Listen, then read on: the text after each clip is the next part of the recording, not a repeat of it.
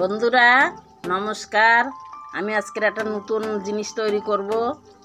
এই গরম পড়ছে প্রচুর পরিমাণে, তার জন্য হলে টক ঝাল এইগুলো খেতে ইচ্ছা করে। তার জন্য আম পোড়াবো, আমের পোনা বানাবো আর বেগুন পোড়া বানাবো। হরিবল হরিবল। আপনারা যদি কে কে খেয়েছেন কমেন্ট করে জানাবেন। এই দেখেন, এই বেগুন পোড়ায় বেগুন গাছ থেকে তুলে নিয়েছি। করবো করে অনেক দিনই করাই হচ্ছে না। এবার আমি উনুন ধরাবো, বেগুন পোড়াবো। কী কী লাগবে দেখাবো। বাতাস হচ্ছে তো, কী হবে কে জানে। ভালোই জ্বলুক।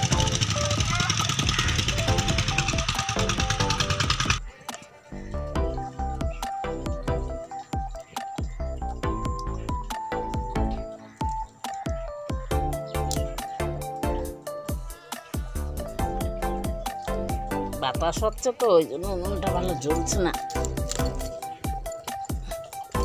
ফাঁকা জায়গা, উনুনটা বসানোর জায়গা নেই আমার।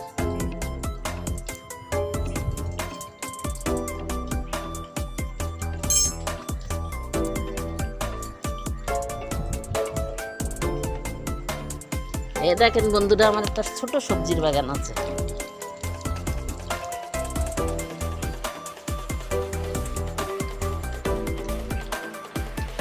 শাক গাছ ওপরে উঠে যাচ্ছে ওই ডালে।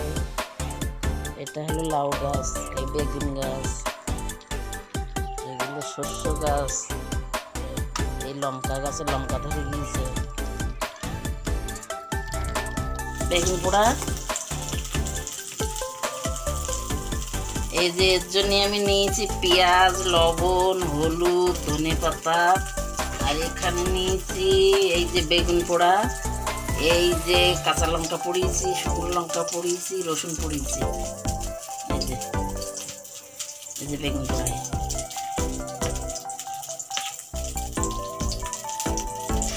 এবার আমি গরম হয়ে গেছে আমার তেল, দেবো পেঁয়াজ,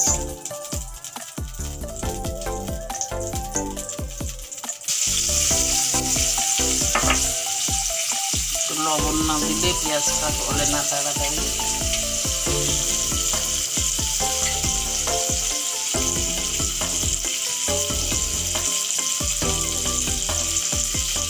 কাঁচা লঙ্কা পুড়িয়েছে,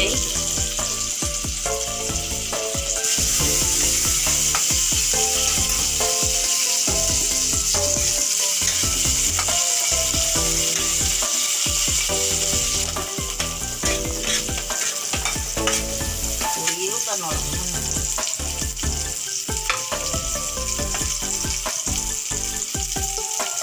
করবো। আগে বেগুনটা রেডি করি।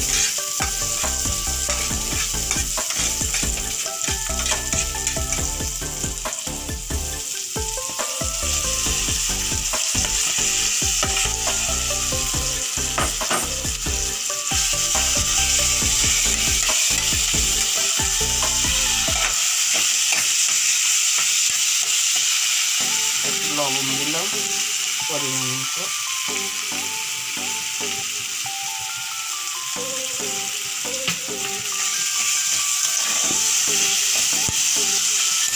কালার আনার জন্য।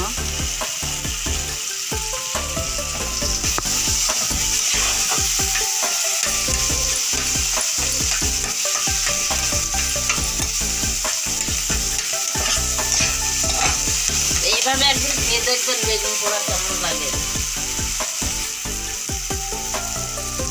আমরা তো হাতের মধ্যে খাই, এইভাবে কষিয়ে একদিন খেয়ে দেখবেন, হেভি লাগে। রসুন পোড়া, কাঁচা লঙ্কা পোড়া, শুকনো লঙ্কা পোড়া,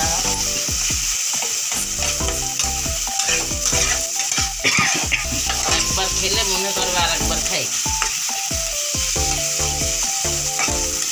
গাছের বেগুন কেটে রেখে দিয়েছে অনেকদিন, দিচ্ছে কেমন টাইম হয় না বন্ধু।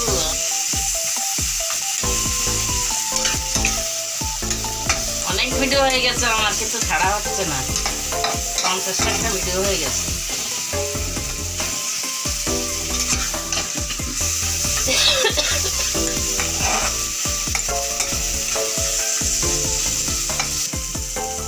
এই যে আমার বেগুন পোড়া রেডি হয়ে গেছে।